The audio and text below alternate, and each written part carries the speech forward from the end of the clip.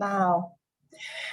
Okay, welcome everybody. My name is Tatiana and I am the founder of the Game Shift Academy, and it's my big pleasure today to welcome these amazing guys. Josh, Cameron and Chris is on the way, and thank you Gabriela, Micheline and Eric for joining us today, and I'm sure there's going to be a few more people joining. So today is going to be a bit different because normally the Game Shift Academy was going to promote the self-healing powers and the shifting paradigms and being a little bit more in the consciousness and bending the mind and basically challenge whatever can be done. And I just ran across these amazing three guys, Josh, Cameron and Chris, and they are going to bring probably a little different shift to our beautiful group, and it's going to be all about the boys. I love boys, so let's see. Let's see what we can learn, and I just really can't wait to hear about you guys. So whoever wants to take the lead, tell us a little bit about you, tell us how you got together, tell us what's your mission. Hello, Anna. And basically tell us everything you want to tell us, share what you can. The stage is yours. Yeah, absolutely. Well, thank you, Tatiana. First and foremost, we appreciate you bringing us on your platform here. Anytime that we have an opportunity to share what we've learned and what we're here to provide, we're excited about that. Obviously, the way that we go, we're really going to be kind of off the cuff. This will be somewhat educational, somewhat relational, get to know each other kind of thing. Here, we're kind of all based out of the Tennessee area. So good morning, good evening, good afternoon, depending on what part of the world you're in right now. But first and foremost, we are all co-founders of a company called Shepherds of Men. We started this almost 2 years ago. And really it was in an effort to, we saw a lot of men, and I know that I really like how you talk about, your mental aspect and mental health and really living a fulfilled life and being motivated to get up every day, not because of an alarm, but because you have goals and dreams and things that you want to accomplish. One of the things that we primarily focus on is men, because, well, we are men, and I'm not going to tell you how to be a better woman. I can speak on the man part because that's something that although he can't grow a beard right here, so so that's a running joke. This right here can't grow a beard. That's okay. We're men, don't worry. Yeah, so I'm actually 60 years old. This is just real good skin cream that I utilize here. So you're a baby. Yeah.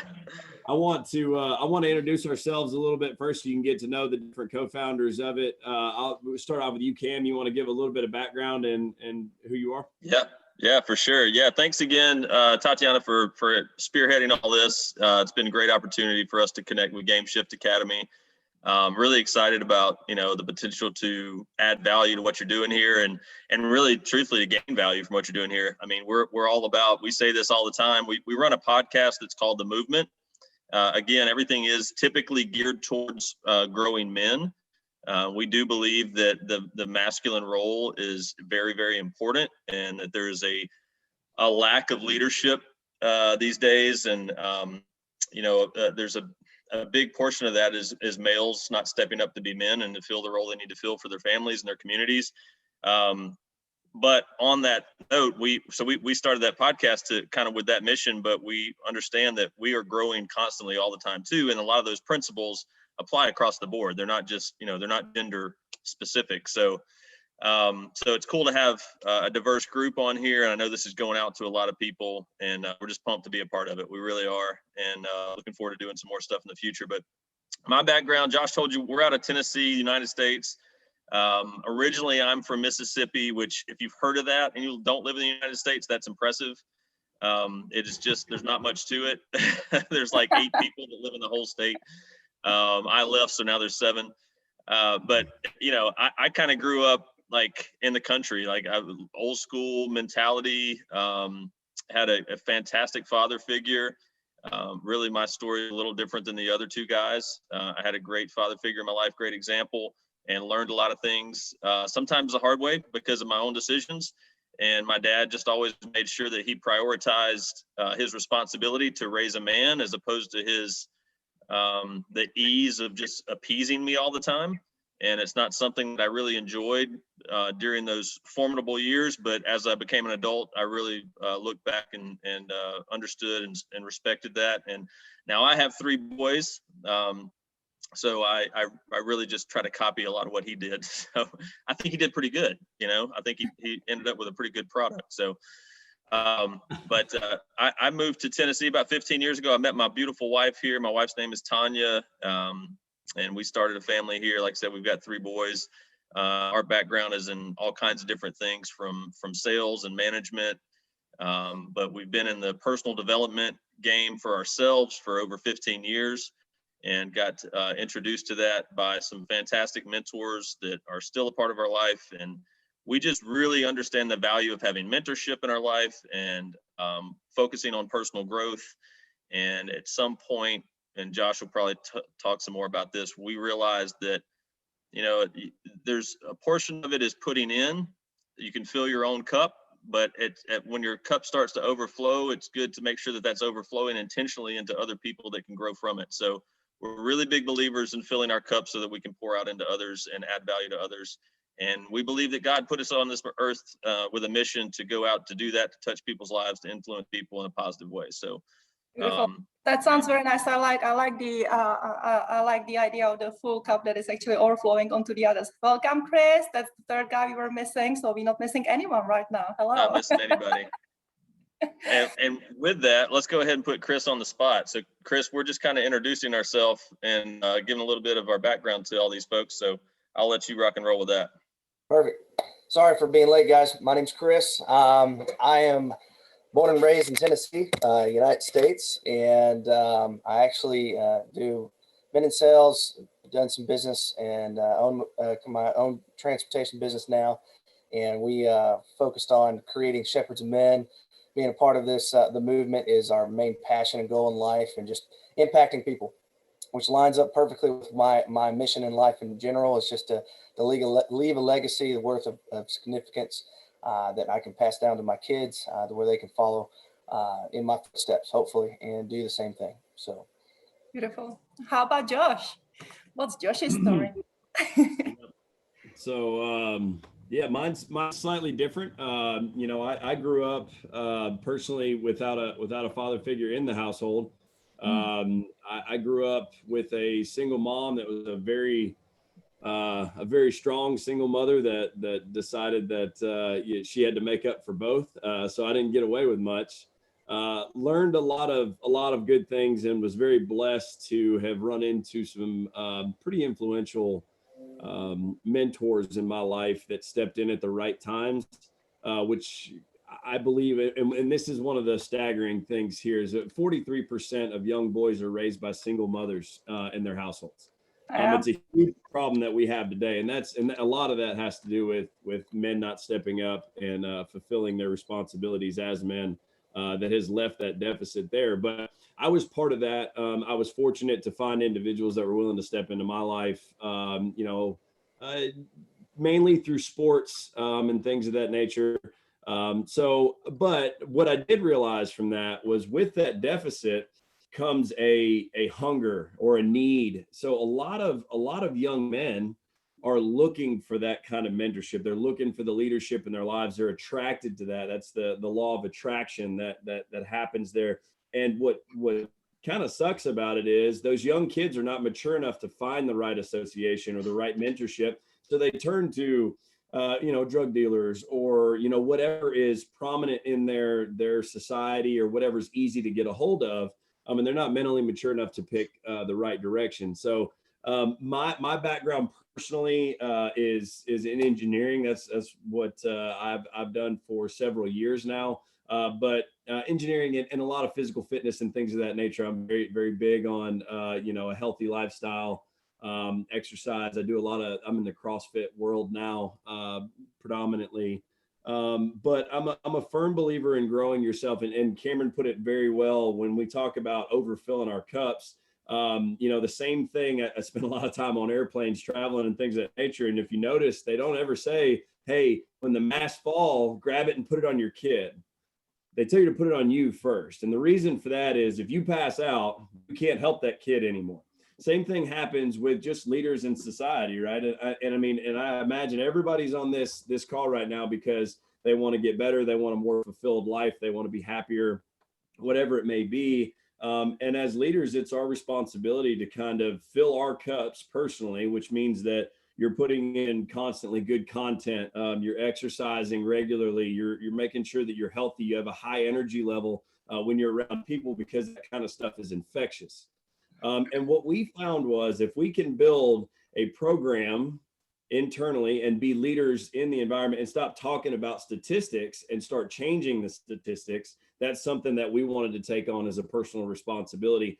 So all of our stories are slightly different. I mean, obviously I'm not going to go into, my full bio, but I wanted to leave you with that. That's pretty alarming when you look at almost 50% of boys in the United States today are being raised by single women. That's a problem. But it's not something that can't be overcome. But once again, it's going to require the men that are there to step up. And obviously women have already stepped up. I mean, if they're being raised by single women, they've already stepped up in that area. But there's areas where those young boys need men. And if there's not a man in their life, then that's kind of an area where we want to come back in and fill. And that's a portion of what we do. But I wanted to kind of, Cameron, you want to touch on kind of how this whole thing kicked off, or Wilson, you guys want to bat it back and forth on it, where the shepherds? I'm just gonna, maybe if you don't mind, I'm just gonna add one more aspect about what I hear from Josh and what I really like. It was maybe, I'm 45 years old, and it was only maybe 2 or 3 years ago when I truly decided to become a woman. Because I was more in my masculine energy, and I was more the doer, I was more the achiever, I was more the leader, and everything you sang. And then all of a sudden, well, I made a decision maybe way before 3 years ago, but 3 years ago, I decided, no, I really, really, really need to become a female now. I really need to wake up the goddess in me, or whatever you want to call it. And one of the reasons I decided I have to do it is that in nowadays society, there is really disappearing the idea of man and woman, the female and the male. And I think it's a shame, because I grew up in a beautiful family, like not Josh, one of you said, Chris, I think, my father was a proper father figure. My mom was a proper mother figure. And my dad was always attracting all these stray kids, all these stray boys who didn't have fathers. And it was really nice to have, this beautiful male energy around me as I was growing up with the female energy of my mom. And a lot of things has happened ever since I decided to actually become a woman, to accept a man for what he is, and actually allow man to be a man, and allow myself to be a woman. So that's the other aspect, not just grow up on the single mother leadership, but also really get familiar with the energy you were born with. Sorry. So yes, Cameron, you were going to say something. That's great. Yeah, and I appreciate so much that you're saying that, especially from your perspective as a female, because there's a lot of blurred lines these days. I don't know how it is in the other countries, but I know how it is in the United States right now, and it's a little chaotic when it comes to that stuff. And I don't want to necessarily go down that rabbit hole today, because we're pretty opinionated, but there's we're different for a reason, and we should embrace those differences and work on those differences, and make ourselves the best man we can be, or the best woman we can be, and quit trying to be each other. I think that'd make the world a lot better. So anyways, I'll get off that.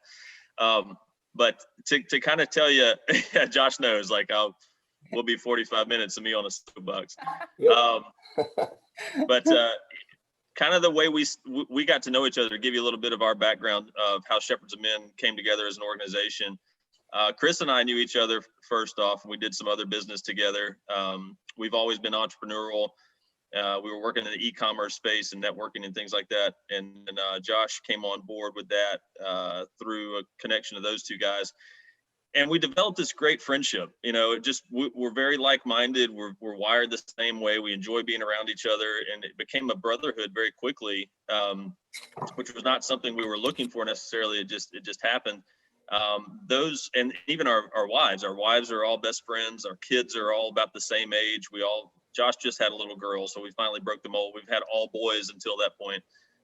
So they just had a little girl a couple weeks ago, but we all had these same passions for raising our little guys to be strong young men. And our business endeavors kind of splintered off and we started doing different things, but then we realized, there was a reason that we crossed paths. And it was kind of interesting because we were all individually having these thoughts and dreams, honestly, and this passion for making a difference and for seeing this deficit in leadership and seeing this war against masculinity, and it was sad, number one, but it also kind of pissed us off, excuse my language.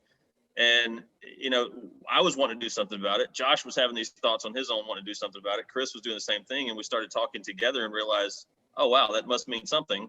If we're all thinking the same thing and we want to hang out, so let's do something about it. So it started as a podcast. And as Josh mentioned, now we're really pumped. We're literally, I'm messaging with our web development people as we speak, for our Men Reforged program that is coming on, which is a full 6-month program that what we've had happen over the last year and a half is a lot of listeners and followers say, we love what you're doing. We love what you're about. We're growing from it, but how can we go deeper than just listening to your podcast?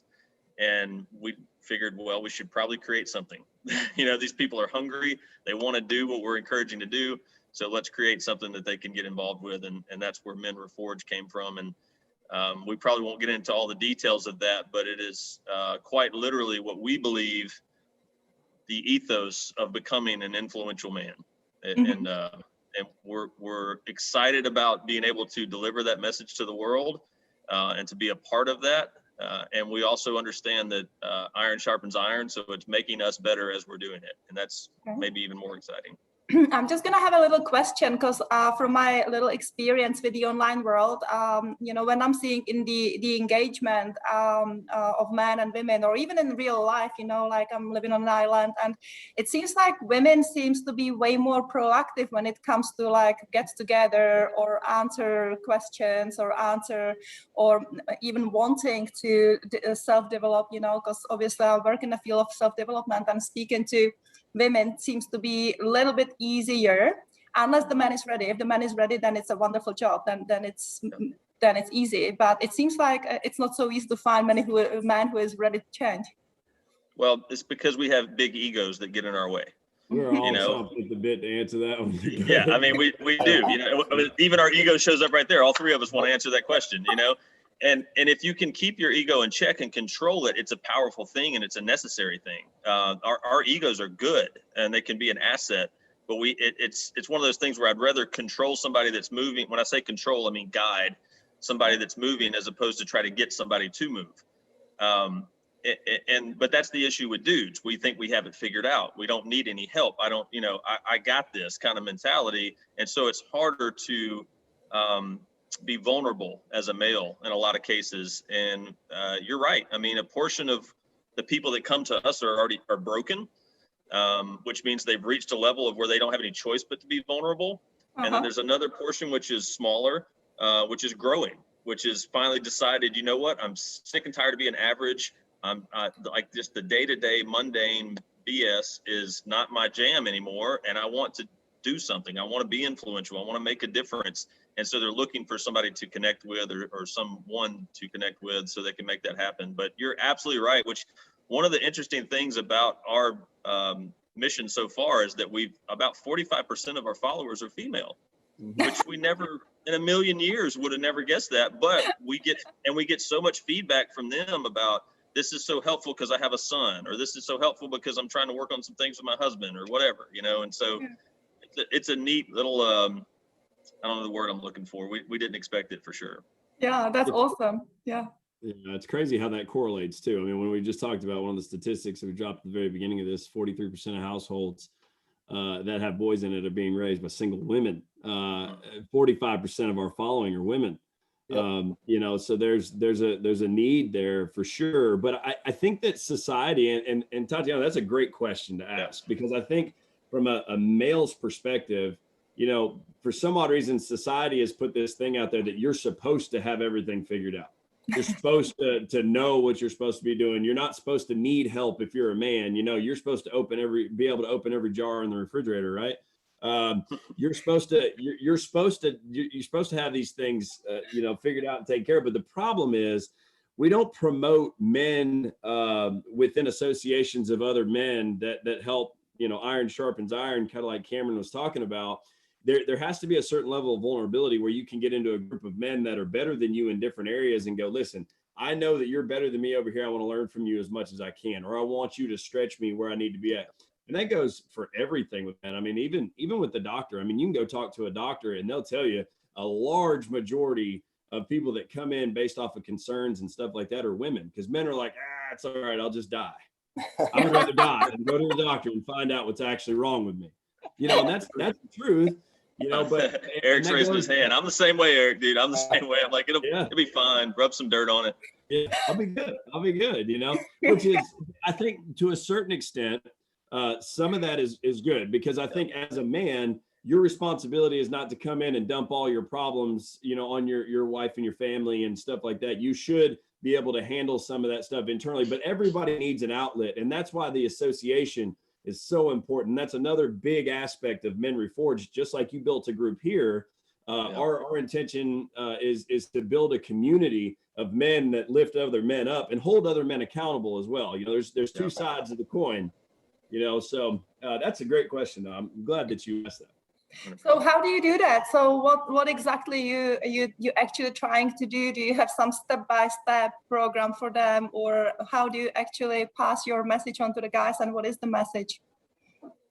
Yes, absolutely. So I mean, just in short, our mission and our goal is to take and redefine masculinity within men, and that's something that we're going to help men do based off of what masculinity actually is, because there's a big lie out there that says that masculinity is some guy that comes in, he grabs a beer after he gets off work, he sits down on the couch, beats on his chest a little bit, and asks for a sandwich from his wife, with fresh bread or whatever. But we're quite literally, we're challenging men to redefine their masculinity in order to live a more fulfilled life.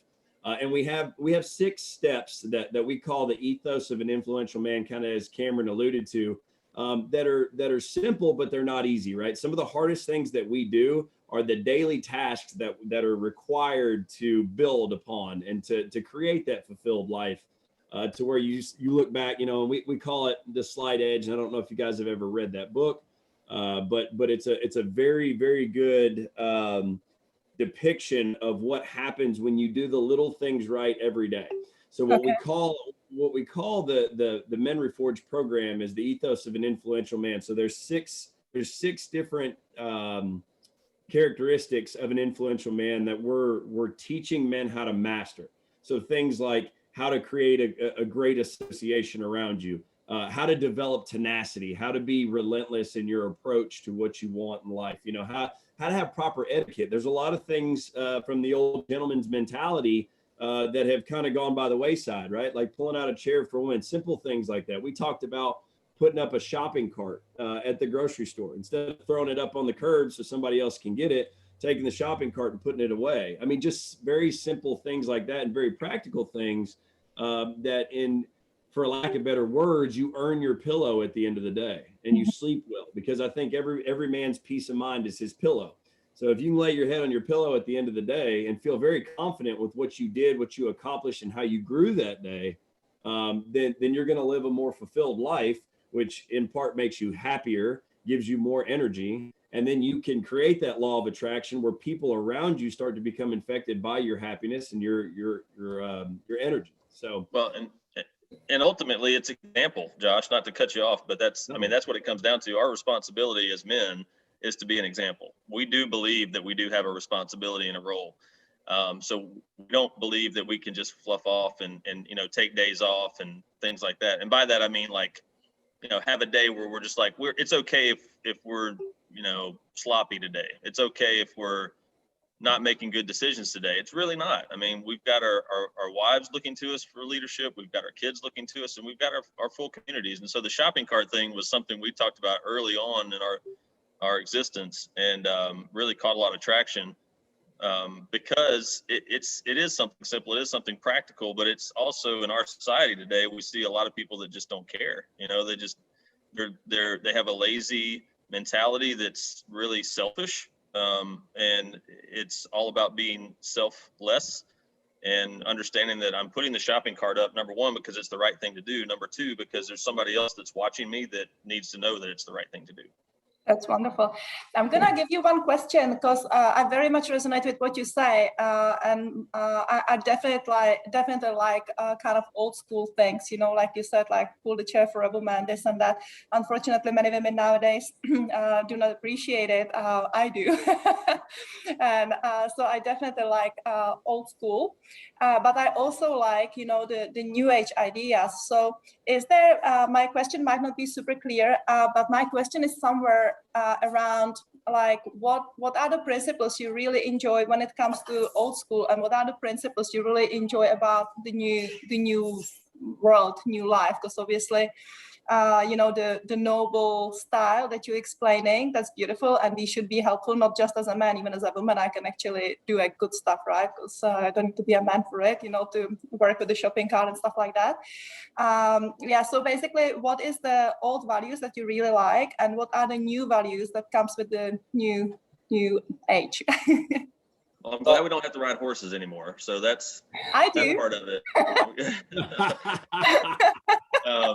That's cool. I think that, especially because, let's be honest, if the world really made sense, guys would ride side saddle. Right. It may take a minute to filter through everybody's gray matter, but I'll tell you one thing that Josh talked about etiquette, and we are a big believer in presenting yourself well. Certainly that is different than it used to be. You know, I'm picturing, when I think of old school, I'm picturing like back in the early days of the U.S. when, I mean, literally you were wearing a suit and tie to go chop wood. It didn't make sense, you know. So we're, as you can tell, we're casual in a sense that we're t-shirts and hats, but we also present ourselves well. And the fact that, you know, I could walk up into a room full of CEOs with my t-shirt and my hat on and be accepted because of the way I carry myself, not because of what I'm wearing. Now, don't get me wrong. I believe that there's a time and a place that you should probably get decked out and look the part. But that's one of the things. Certainly, there are some things that I think the mentality was right in the old school for the male's role, and maybe the difference for, I know this is the truth for all of us, like around our house, for instance, we're very involved with household chores. Like, you know, it's nothing for us to put the dishes away or to help with laundry or whatever. Like, that doesn't define masculinity. That's just being a partner with your spouse, you know. So whatever has to be done gets done. Sometimes I'm doing it, sometimes she's doing it, and I can speak for the other two guys too, because I've been in their homes while that's happening. So that side of the old school mentality is probably, you know, a little more gray now, which is fine. But the side of, like, when there has to be a decision made in the house, you need to step up and lead in that decision making, if that makes sense. I'll let the other two guys jump in on that too. Wilson, you Well, had some on the tip of your tongue there, Wilson. Yeah, I haven't been able to have a time to say anything, so thanks. This is all good though. You got to be careful with him. This is how it goes on the podcast too, guys. I'm always the one who's like, the last person to say anything, and they're always saying the same stuff I'm thinking of. But you're soft spoken. You got to jump in. I just don't want to be rude, but anyway, no, I just you know, the old school gentleman is a foundation that people built their kids around. And when the Industrial Revolution came around, fathers went away and weren't able to raise their kids right, or by the time they got home, they didn't have the energy to instill these same, you know, finite principles that are still stand today. I mean, if you see a true gentleman versus a, you know, most people that we see now are dicks, pardon my language. A woman's going to be more attracted to the true gentleman. So, I mean, we will want to still keep those principles and those that foundation pure. But then the beautiful thing that the Industrial Revolution and the lack of fatherhood has happened is allows other men to kind of redefine and figure out things differently than it was like this rigid, yeah, you're the woman, I'm the man, I'm the breadwinner, you go do this, you do that. Now they come together and go, hell, I don't know what to do because I didn't have a father figure. So I'm going to need some help. And that's where they have a little bit better intimate relationship with the women a little bit more, but they're still not filling in their role, like Cameron was just saying, being the leader and the decision maker of the house. Mostly default wise, because women had to, you know, stand up and fill the gap. They were like, hey, I'm gonna take charge, and that's why they have a lot of independent women. And there's nothing wrong with that. But at the same time, if you have a strong, dependent man, or a man that's like, hey, I got this, and that same strong woman, sometimes that can clash. But if they can figure out their differences and fill in those differences, it's a beautiful marriage. It's a beautiful thing, because now they're both equally strong. If they're beside each other, it shouldn't be the man should lead the charge, but his woman's right there. You know what I mean? And that's kind of what we believe is like, he's the leader, but he also confides in her to say, hey, here's the decision that we got to make as a family. What are we going to do? And that's a really good thing. Before, it was mostly the guy just doing his own thing, making all the decisions, and probably never even talking to his wife about it, just to be honest. So the new age it has changed, and it's pretty cool. We believe a lot in biblical terms, because that's our faith, that's our foundation. So there's a lot of pieces in there that's a really good guideline on how a man should live. And this is a culmination of all three of us have been in business together for over 10 years in another entity. And then our whole lives, over 30 plus years each, developing what we're coming together. In the last 2 years, we've literally focused on what it's going to take the men to the next level, and what it is going to take to what is like the non-negotiables, if you will, of what a man's supposed to be. And the cool thing is the Men Reforged program is that it tells you, hey, this is what you're going to do. And the cool thing is we're trying to cater, because we do have that 50-50, is if anybody comes through that Men Reforged program, just because you're a man or a woman, it's catered toward men, because we're going to be more direct and more upfront and more bold than we would with women. But hey, you come at your own risk. It's really good for anybody for the most part. And then if you're raising men, that's going to be definitely beneficial too, because you have those core principles they should never change. I mean, that's the recipe for success for a man, to find his purpose, find what he's looking to do in life, and all those things. And it's very good. It's very important. I want to go back. Can I add something to what Chris said? Go back, because the truth is, I agree with what he said. The truth is, all three of us been very blessed to have very women of strength that are as our spouse. And the truth is, they let us lead. There's a portion of that relationship that is something that Tatiana was talking about earlier, was understanding that there's not any more or less value for either one of us. I am not more valuable than my wife, and she is not more valuable than me. We just understand our roles. A lot of cases, she does a lot more than I do. In other cases, I do a lot more than she does. But when it comes to leading the charge of the house, it's not of, hey, we're trying to vie for that position. She goes, hey, that was the place that you were put in. Do it, right? And if you're not doing it, I'm going to nudge you to do it, because we need it as a family. So that's really the truth of it, is we can only lead as well as our spouse allows us to lead in some cases. That was exactly my question, because I think I get you. I think I understand, but I'm obviously an incredibly independent person, and I lived most of my life by myself. And one of the relationship ended because the guy said, well, somebody has to lead, so it's gonna be me. I was like, okay, you lead, I leave. So and it's not like I don't want him to lead. I'm actually very happy when he leads. But maybe can you maybe elaborate a little bit what you mean by that? Because obviously when you say I am the leader, many women, and I love to be a female, and I love the man to lead, and I actually love it when I can really be the woman and not worry about many things. But it would not resonate with me the way you say it. So maybe can you put it in different terms, so maybe women like us can relax. Well, so if you met my wife, if you met any of our wives, but I'll just speak to my wife because I spend more time with her, which makes more sense. If you met her, you would know she doesn't need anybody. Like, she can handle it all. Career, kids, house, everything. She can handle it all. She's an amazing woman. However, she's not complete without that male person in her life that was by creation intended to be that way in our belief. And I'm the same way. I could take care of everything. I was single and independent for 33 years before I ever got married. And I could take care of all of it, house, career, whatever, it doesn't matter. I can do it. But it's not it goes back to, we're a lot better together. We're both capable in every area. We're very capable in every area. Now our personalities are different. I'm more rigid and habitual and A-type personality. my wife is more life of the party. You know, she's just a blast. Like you love being around her. It's kind of like, let's just go with the wind, whatever happens. And so when you put those two things together, and if you learn how to manipulate that in a positive way, not in a negative way, but if you learn how to really manipulate that to the benefit of yourselves and to your family, that's where it becomes really something beautiful, like what Chris was talking about. So it's not, as Josh mentioned, me as the man beating my chest saying I'm the leader, and it's not my wife arguing with me about wanting to have the leadership role. It's just, and again, we're a secular movement, but we are three men of faith. Mm-hmm. So in our belief, biblically, there's a hierarchy within the household, and that's the only way it can work. If you look at, for instance, the military, and that may or may not be a good example, but it's just an easy one. There has to be somebody that's finally saying, this is what we're going to do. If everybody's saying this is what we're going to do, there's chaos and nothing gets accomplished.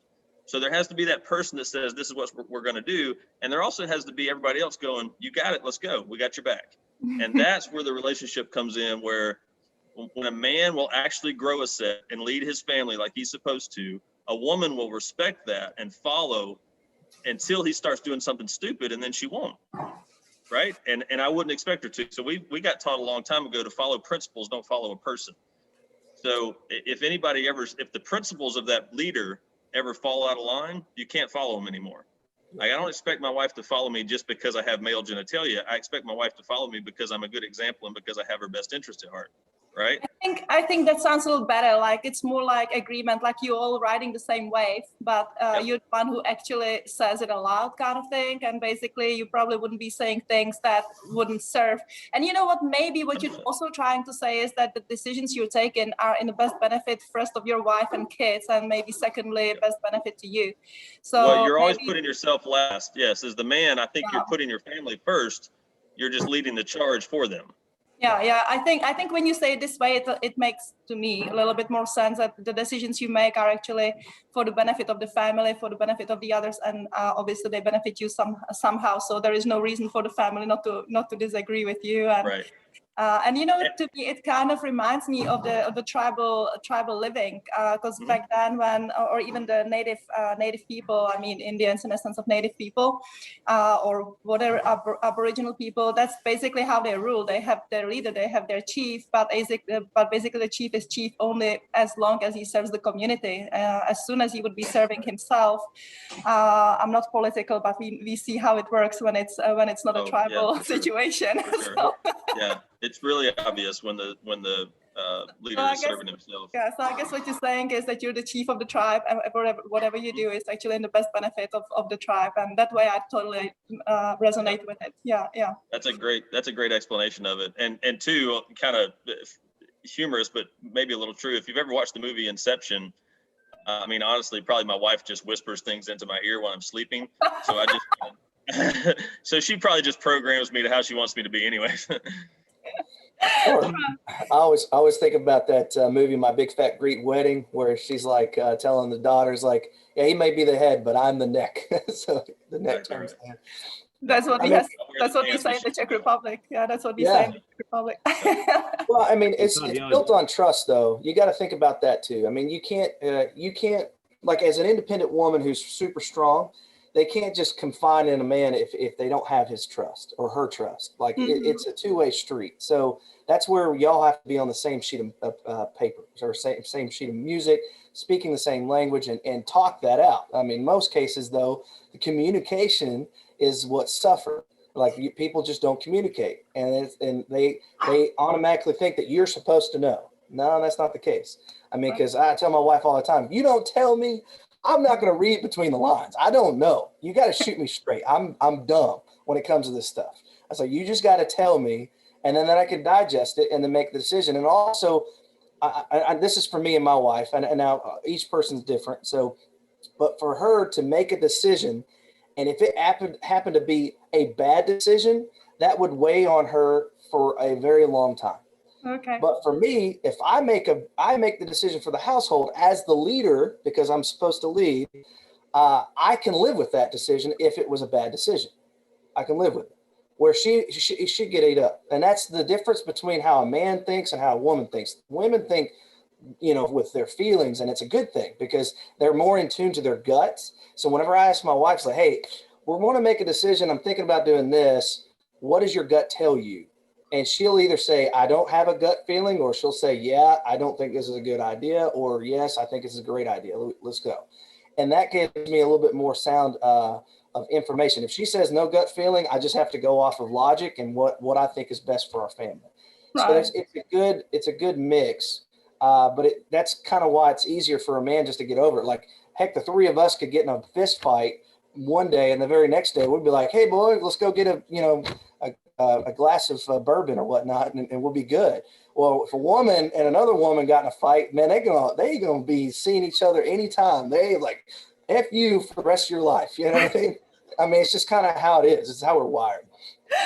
I would like to give a space to some of the people that joined us, but I still have one more question. Josh was saying about the six-step program kind of thing. Can you tell us a little bit more about the steps? If you can share something about that, what are the 6 steps? Yeah, absolutely. And, obviously we're not going to be able to unpack everything here, but we have spent countless hours at night going over where are the problems, where are the deficits, what creates an influential man, and to the conversation that we just had, Tatiana, and the reason that you stepped up in front of other guys that are like, I'm leading and you're going to follow, and you're like, all right, I'm out, see you later. It's because you're a strong woman and you require a strong man, and a strong man doesn't have to tell you he's going to lead. A strong man leads. Yep. It's as simple as that, right? So the 6 steps that we call them characteristics or ethos of an influential man, because once again, back in the day, some of the things that we really liked about that was the fact that there was a certain set of ethos, right? Like this is how you created the armor that made you the man that you were. And we started off with, and I'll run through them real quickly. Obviously there's a lot of detail in each one of them. And what we do with the Men Reforged program is we take each one of these as a bite-sized piece, and there's a practical application process to it. There's an education process to it. And then we'll like exercises and things to make it a habit, right? So the first one is association. We believe that you'll never become great or never even come close to your potential without the association that you need, because a strong association will pull you beyond where you think that you could be at, right? After that is tenacity. Like we talked about, one of the things that drives us nuts about today's society is the lackadaisical, lazy culture. It's a microwave mentality. Give it to me right now. And one of the things that we want to bring back is glorifying hard work, dedication, and persistence. That was one of the things back in the day that was like, you work hard. There was no freebies. There's no such thing as free lunch. Tenacity is one of those characteristics that every man should embody, that I think is attractive to a lot of females, right? That's why females, on the first time a guy asks, they go, not interested. Then they come back again, like, not interested. And then they come back again. She's like, okay, maybe I'm a little interested. He's got some tenacity about him. He's got some, persistence. Etiquette is another characteristic. So characteristic number 3 is etiquette. It's something that we think is important. You should conduct yourself properly. Don't walk out of the house with your hair all over the place and stuff like that. You don't have to be Rico Suave, but at least act like you have your stuff together, and start to pretend like it. Body language is a big thing as well. Present yourself well, speak well, being well articulated, and that comes from reading and different things of that nature. And that's something that we want to teach men, and we will teach men how to master as an etiquette. Integrity is a huge one. Integrity is a lost art in today's society. Integrity is something that people do not embody because your name used to mean something. Nowadays, you can hide behind a username on the internet, or you can do whatever it is and do a bunch of shady stuff without the risk of being punched in the face. Used to, you do some shady stuff, you probably got dealt with, kind of thing. Nowadays, I think technology has kind of pulled us away from where integrity and our name means so much, because everybody uses a username and it's real easy to just be like, nah, whatever, whereas before, face-to-face conversations and energy and things of that nature required you to have some level of integrity about you. So nowadays it's something that's going to have to be intentional, that we're going to bring back in that characteristic. Confidence is something in a man. If you don't have confidence, all the other stuff doesn't matter. You have to develop a certain level of confidence about you. That's how you lead. You lead with confidence, not arrogance. There's a big difference, in confidence. That's where you develop your edge and your bounce and preparation and faith in yourself and what you're doing. And then that finally brings us to the last one, which is vision. And we believe that as a man, as the head of the household, or as the leader, as we said before, you lead from the front, you put yourself last, and you're a servant leader, but you lead from the front because you have a vision. The reason that the rest of your tribe or your family or whatever it may be is willing to follow you is because you embody those characteristics, and the vision that you have is for the betterment of the entire group, and everybody can get on board with that. A lot of people walk around without a vision, which means they don't have an anchor, that they're just wandering and just flowing back and forth in the water with whatever happens. The goal as a man is to not have that. It's to have a vision, a long-term vision, and something that you're working towards so you don't get weary and well doing. That's a real high level view of what the Men Reforged program delivers to men. And each one of those is what we call a mastery session. And we'll spend a month on each one of them, just hammering in, and then providing, resources and things of that nature to study, practice, and apply. That's absolutely amazing. I totally resonate, agree, absolutely wonderful. The thing is that, obviously the principles are the same, whether you're man, woman, child, old person, the principles are the same. The integrity, confidence, vision, all these things, they're definitely number one, and basically it is about living wholeheartedly, right? Like as soon as you know what your mission is, what your life's mission is, and you align yourself with your heart to the galactic energies, it should happen. So it's very nice that you actually bring in this to the men's world, and I think it's absolutely beautiful and wonderful. I'm actually finding American men much nicer and much easier. You still are a little bit more in that old-fashioned ways, which is nice. I think the European guys lost a lot of it already. So go and explore your market in Europe, please. Well, the goal is worldwide for sure. Yeah, worldwide. Where they couldn't use the help, ourselves included. Yeah, please spread some consciousness on Europe. Hey, be our voice. Help us out. Get the word out there. We'll definitely help as much as we can. It's not just Europe either, though. I think it's a global thing. There's no lack of need out there. Yeah, wonderful. So okay, well, thank you very much. And let's see if Gabriela, Micheline, or Eric have any questions. Guys, remember you're muted, so you need to unmute yourself if you have any questions.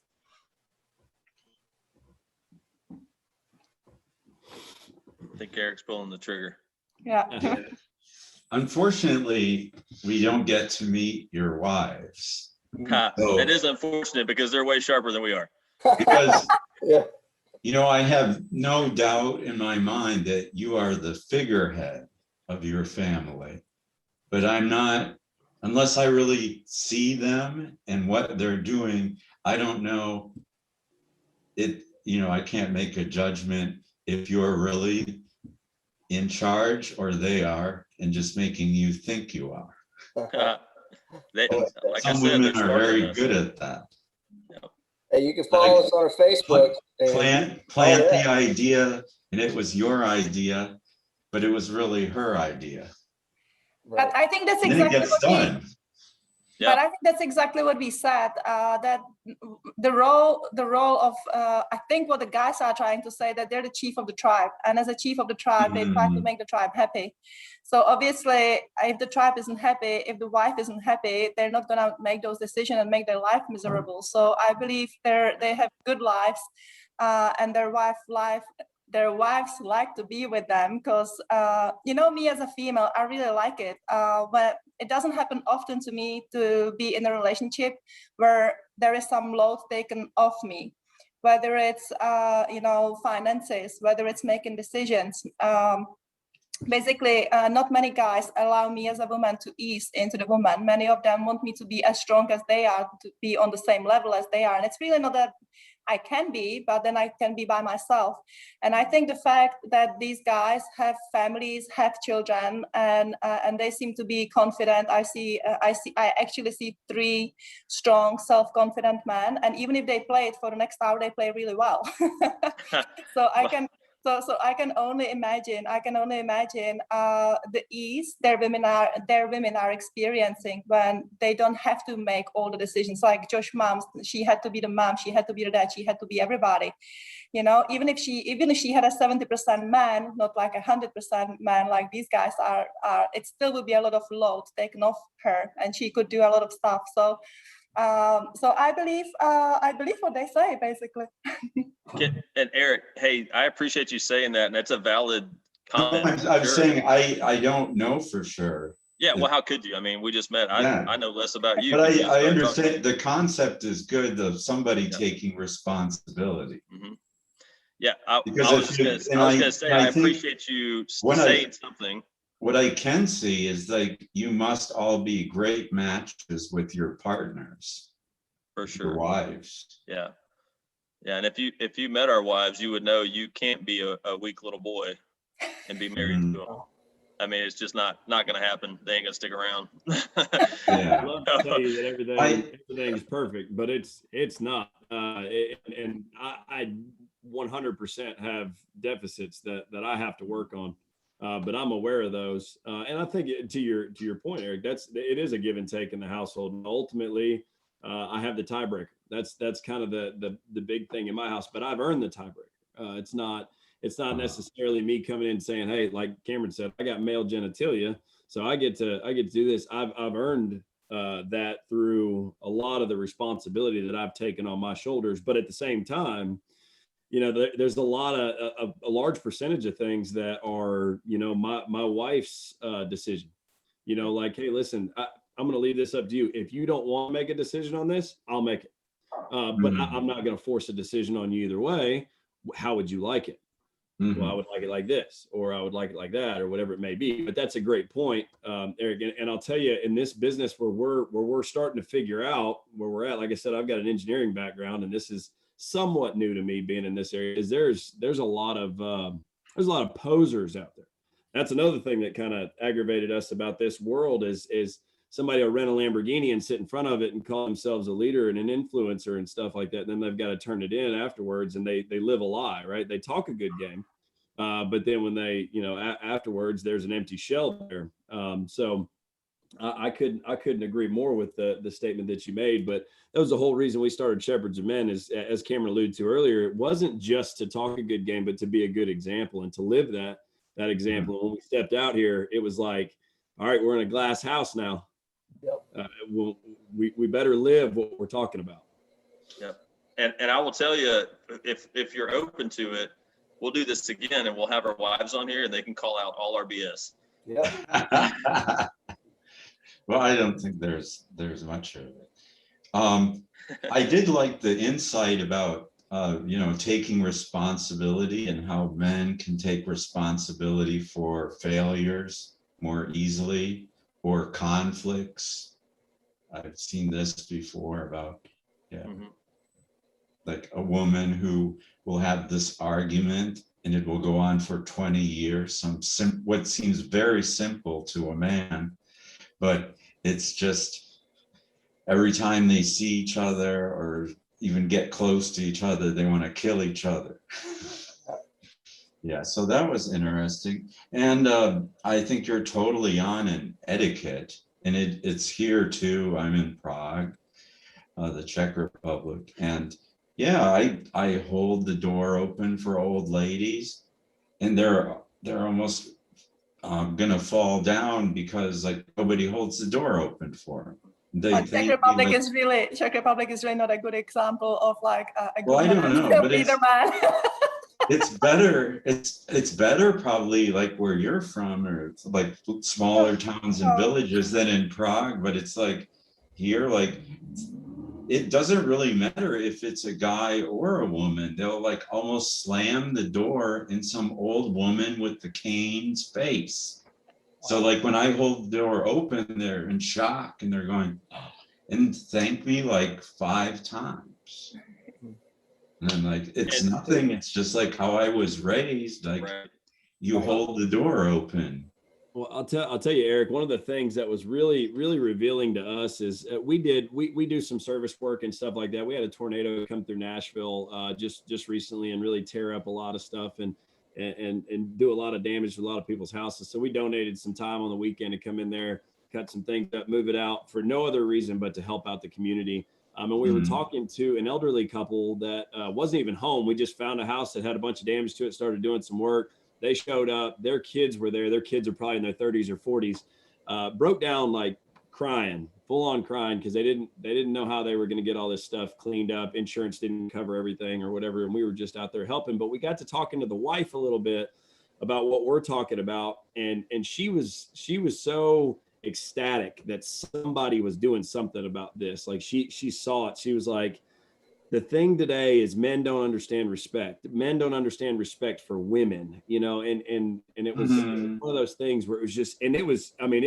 pure, you could tell it was pure emotional, genuine emotion that she was kind of pushing towards us to this. She was like, you guys just please keep going. Just do what you're doing and please do it right, because it's needed really bad. So I couldn't agree with you more on that statement, especially some of the older generation that's out there is just like, man, what the hell's going on? And then I go to this gyros kebab place, and the last couple times they welcomed me like, here is the gentleman.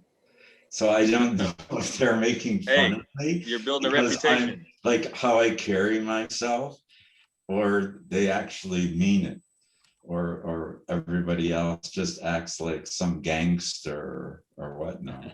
Well, all that really matters is if your heart's in the right place when you do it.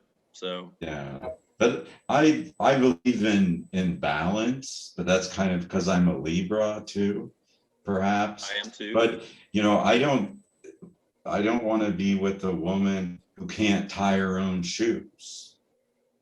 But then, For sure. Then there's the opposite extreme where the woman tries to become a man and run everything and have the man be like a slave or something. So I believe in like joint decision making, but I think how you're describing that your wife's right on your shoulder, so you do know what her opinion is, and then you're just making that decision, I think, as a figurehead, saying, I'm the head of the tribe, and this is the decision we'll make.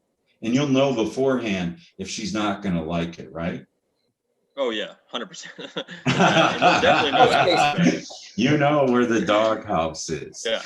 It's kind of like a jury, you know, you got to have one person stand up and give the final word, but everybody's involved with the decision. So you know where the doghouse is.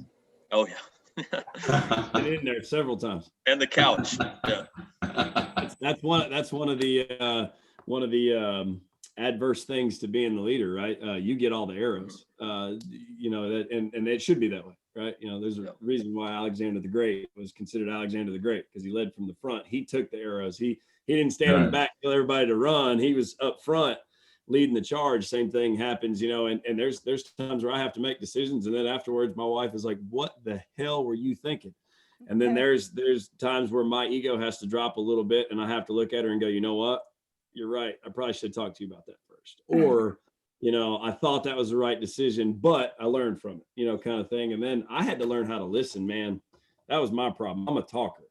I had to learn how to listen. And that was one of my biggest challenges, was really being able to sit back and listen to what my wife is saying, and not just what she's saying, but how she's saying it, you know, how it's coming to me. And that's a huge give and take. Like I said, it's not a matter of coming in going, you know, get that apron on and get in there and make me a sandwich with that fresh baked bread that you made this morning, and then I want the dishes done afterwards. It's nothing like that. You know, true masculinity is being able to walk in and understand what your wife wants, and understand what she needs, and understand what direction that you're moving, so that you can make a good decision, not for you, but for the family, you know, kind of thing. So, yeah. Sure. Well, I like that. And I like what Tatiana said about that she wants to be a woman, and how you want to be men. And there's, you know, like you go to the airport and there's the unisex restroom. So like, what does that tell you? Like, we're all going to like somehow combine together and form a unihuman or something. Unihuman. Doesn't even sound tells me we're very confused. That's what it tells me. Yeah. So I really respect that, like trying to restore gender roles, that they still do exist, because some places they don't, or they get reversed. I would definitely agree with Eric, and I'm going to give you, because we're about to finish, I'm just going to give you one very quick question. It will be like a huge topic for another 5 hours, so let's not go into the depth of it. But basically, obviously, to be a good man, proper man, right man, leader man, same thing for women. There is also one huge part that hardly ever anyone speak about, and it's sexuality. Are you actually also improving men's opinion about sexuality? Are you opening their minds about what is a good lover? Yeah, we certainly talk on that. We understand that is a important part of a marriage, a relationship. You know, that physical side of things, and you know, the way you're treating each other there, and that interaction. It's there for a reason. It's important. And again, coming from a perspective of believers, you know, we believe God that created that connection between the two of us for a purpose, not just to reproduce, you know. So again, like you said, that's probably another 5-hour conversation. But yes, there's certainly a I wouldn't say the words a priority on it, but we are certainly understanding the importance of it and highlighting that as well, and making sure that men understand that's important to touch that portion of their woman. And I don't mean that physically, I mean it. Yeah, there should be that spiritual exchange and emotional exchange. Well, there's just certainly a connection that happens there that can't happen any other way. I was married 20 years, and yeah, at the end there was nothing really going on. Yeah. Okay, well, let's finish this lightheartedly. I really enjoy and appreciate everything you said today. I think it was incredibly important to have this perspective, very healthy perspective. What I love about the male energy is that when it manifests in a form like you guys just showed us, it's really nice. It's grounding, it's beautiful, it's calming.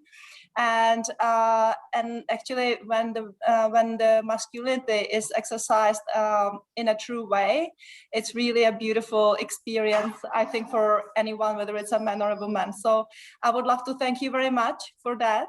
And I hope to see you again, meet you again, and I will definitely be this spread to your world, and I will definitely be inviting guys and single women to your group, because I think it's very important. Your job is very important, and thank you very much for doing it. Thank you, guys.